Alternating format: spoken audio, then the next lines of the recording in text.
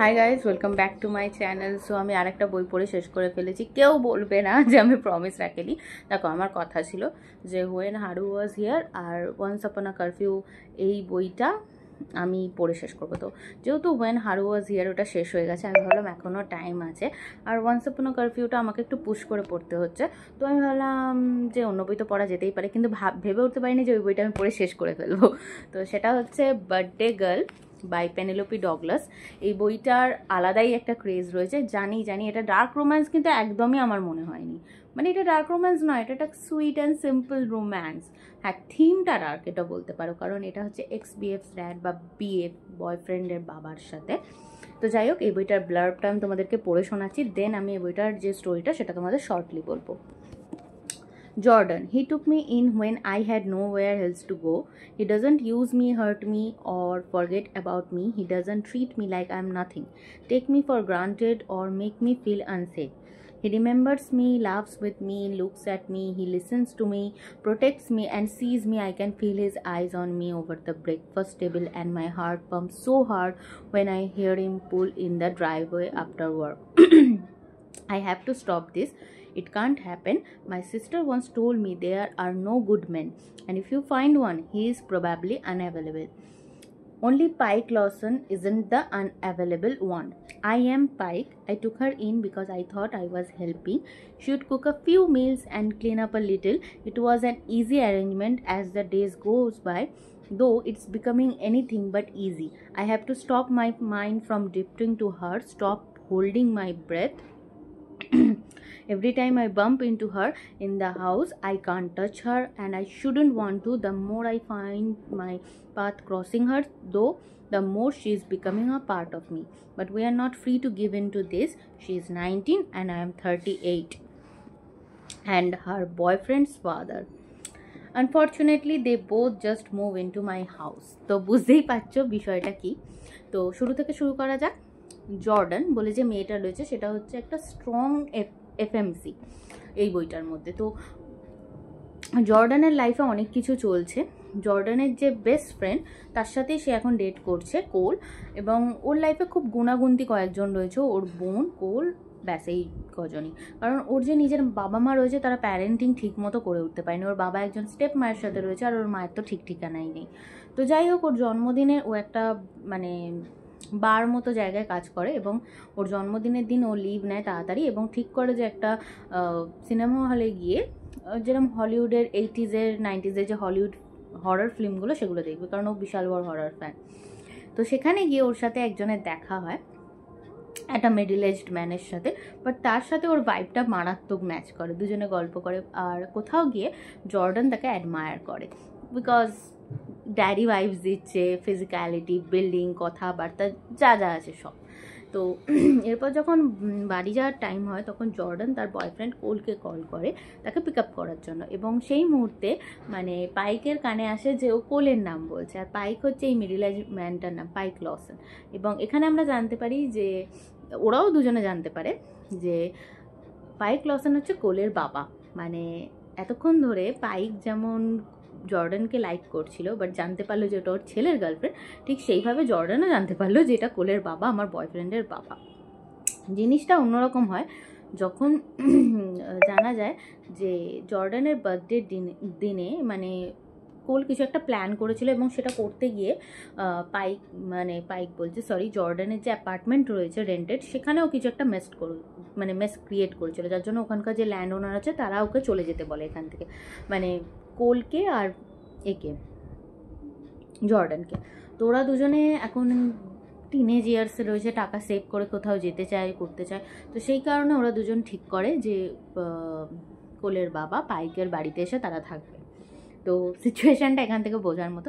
এবার এখানে জর্ডান যে এফএমসি রয়েছে না, যেরকম বললাম, খুব হেডস্ট্রং একটা মেয়ে, খুব আত্মসম্মান বোধ রয়েছে।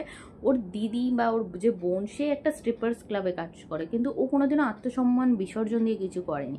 এবং এই যে কোলের বাবার বাড়িতে ও থাকতে এসেছে, ও এসেছে, ওরা যেমন রেন্ট ফ্রি থাকবে, টাকা সেভ করবে, কিন্তু এর বদলে যে হাউস কোর্স, যে হাউস কাজগুলো, সেগুলোও কিন্তু পুরোটাই জর্ডানই করছে। কিন্তু কথা ছিল কোল আর জর্ডান দুজনে মিলে করবে।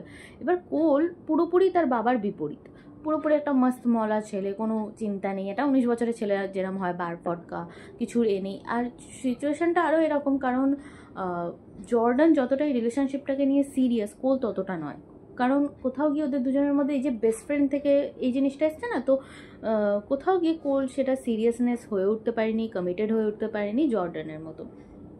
কোল অর্ধেকের বেশি টাইম, অর্ধেক কেন বেশিরভাগ টাইমে বাড়ির বাইরে থাকে। তো এই টাইমটা জর্ডান আর পাইক দুজনে একসাথে বেশি থাকে। তো অলরেডি ওদের মধ্যে একটা স্পার্ক ছিল, সেটাই ধীরে ধীরে মানে বিকশিত হতে থাকে, সেটাই বাড়তে থাকে। তো কোথাও গিয়ে দুজনের ফিলিংসটাকে কন্ট্রোল করার চেষ্টা করে, বিশেষ করে তো পাইক, কারণ ওর মাথায় আসে আমি এখানে সবচেয়ে বেশি, আমার এখানে বয়সটা, তো আমাকে কন্ট্রোল করতে হবে। আমি একটা আমার মেয়ের বয়সী মেয়ের সাথে তো কিছু করতে পারি না। কিন্তু কোথাও গিয়ে এই রিলেশনশিপটা ডেভেলপমেন্ট হয় খুব মানে সুইটলি, একটা স্টোরি বিল্ডিং হয়েছে। মানে একদম শেষের দিকে গিয়ে 18+ চ্যাপ্টার্স রয়েছে, বাট প্রথম থেকে খুব স্লো বার্ন রোম্যান্স। মানে কেন যে এই কথাটা বলা হয় যে মেয়েরা বয় নয় ম্যান পছন্দ করে, সেটা যদি ডেফিনেশন হয় তাহলে এটা এই গোটা বইটা। তো এরপর হয় কি যে কোলের এই রকম মানে সেন্স বলছি মানে কেয়ারলেস মানে বিহেভিংয়ের জন্য কোল কি করে যে জর্ডানের উপর চিট করে। এবং তারপর তো আরও এই লাইনটা ব্লার হয়ে যায়। এমন নয় যে জর্ডান এটা রিভেঞ্জ স্বরূপ ওর বাবার সাথে রিলেশনশিপে আসে, বাট ওরা দুজনের প্রতি যে অ্যাট্রাকশন ছিল সেইটায় ওরা গিভ ইন করে, ওরা দুজনেই সেটা সারেন্ডার করে। তো এরপরেও বিশেষ করে পাইক সেই জায়গাটা থেকে মানে লড়াই করার চেষ্টা করে, কারণ কোথাও গিয়ে যে 38 বছর বয়স পাইকের যে এক্স ওয়াইফ মানে কোলের যে মা, সে একদম সেলফিশ ছিল। আর কোথাও গিয়ে পাইকের লাইফটা পুরো নষ্ট হয়ে গেছে, কারণ ও খুব কম বয়সে বাবা হয়েছিল, ওকে সব দায়িত্ব নিতে হয়েছে। এবার ওর মাথায় আসছে আমার ছেলে যাই করুক নাই করুক, আমি আমার ছেলের জন্য আমার 38 বছর জীবন নষ্ট করেছি। এবার এখন যদি সে জানতে পারে আমি ওর এক্স গার্লফ্রেন্ডকে ডেট করছি বা তার সাথে প্রেমে পড়েছি, সেটা একটা বাজে বিষয় হবে, 5জন 5টা কথা বলবে, ইভেন আমার ছেলেও হয়তো আমায় হেট করবে। এইসব মাথায় রেখে না ও পাইক জর্ডানকে সরিয়ে ফেলার চেষ্টা করে। বাট দুজনেই দুজনকে ছাড়া থাকতে পারে না, কারণ এটা ভালোবাসা বয়স টয়স দেখে হয় না। তো এরপর কি হয়, জিনিসটা বাজে জায়গায় তখন যায় যে পাইকের বাড়িতে কোলের মা মানে পাইকের এক্স ওয়াইফ এসে থাকতে আরম্ভ করে। তখন জর্ডান পাইককে একটা আলটিমেটাম দেয় যে দেখো তুমি আমায় ভালোবাসো, আমিও তোমাকে ভালোবাসি, তোমার ছেলেকে চলো আমরা দুজনে মিলে সত্যিটা বলে দিই। এটা লুকিয়ে করলে আরও বেশি খারাপ হবে, ও যদি বাইরে থেকে জানতে পারে অন্যরকম রিয়াক্ট করবে, তার থেকে আমরা অ্যাডাল্ট বলেই দিই। আর আমি তো ওর উপর চিট করছি না, রিলেশনশিপ ব্রেক হয়ে গেছে, এটা কমন। কিন্তু কোথাও গিয়ে পাইক সেটা বলতে চায় না।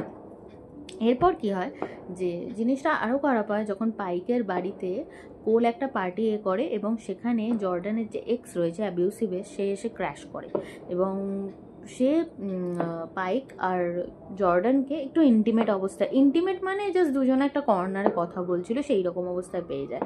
তো ও এই জিনিসটাকে অন্যভাবে নেয়, টন্ট মারে এবং সেটা গিয়ে পুরো সেই পার্টির লোকেদের সামনে ইভেন কোলের সামনে বলে দেয়। এবার স্বাভাবিক কোল আউটবাস্ট হয়, ওর বাবার উপর রেগে যায়, জর্ডানের উপর রেগে যায়, ইভেন জর্ডানেও রেগে রয়েছে পাইকের উপর। তো জর্ডান সেখান থেকে চলে যায়। এরপরে জানা যায় যে কোল যতটা মানে ইরেসপন্সিবল ছিল ততটা নয়, ও কিছুটা ফিগার আউট করে ওর বাবা মানে পাইক কম বয়সে ঠিক করেছিল নেভিতে যাবে, কিন্তু যেহেতু কোল ওদের লাইফে চলে এসেছিলো, ওকে চাইল্ড সাপোর্ট দিতে হয়েছিল, সেই সব স্বপ্ন অধরা ছিল। তো কোল এখন নেভিতে চলে গেছে, 2 মাস পর ফিরবে। এদিকে জর্ডানও ওর লাইফ দিয়ে চলে গেছে। এই টাইমে পাইক মনে করে যে আমার লাইফে আমি কিছুই ঠিক করে উঠতে পারিনি, ও পুরো একাকিত্বে ভোগে। এরপর কি হয় যে 2 মাস পরে ট্রেনিং শেষ হওয়ার পরে কোল ফিরে আসে এবং সেখানে এসে ও পাইককে কনফ্রন্ট করে ভালোভাবেই, যে মানে কিছুটা টাইম ও এই যে টাইমটা ট্রেনিংয়ে ছিল ওর মধ্যে একটা ম্যাচিউরিটি আসে আর্মিতে থেকে।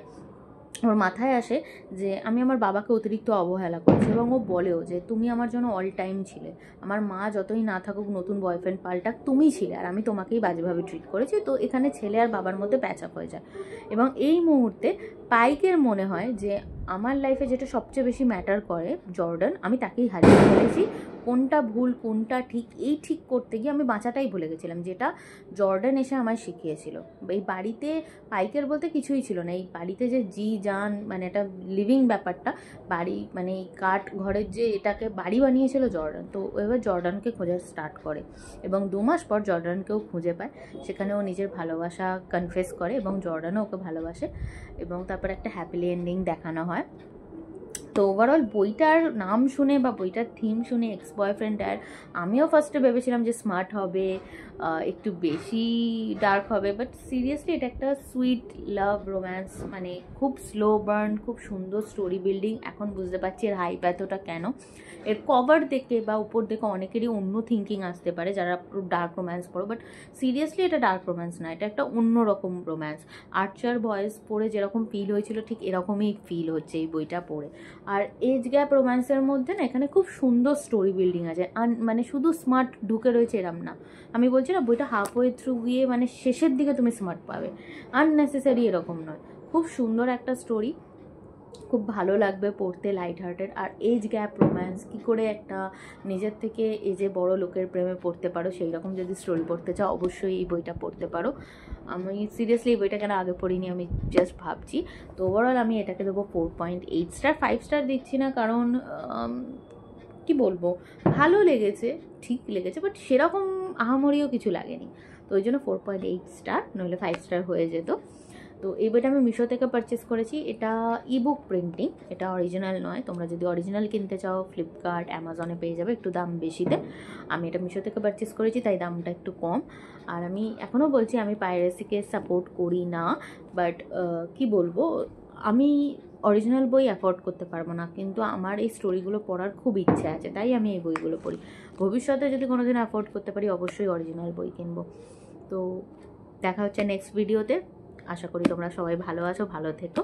আর ভিডিওটা ভালো লাগলে অবশ্যই like, share, subscribe and comment করে দিও। টাটা।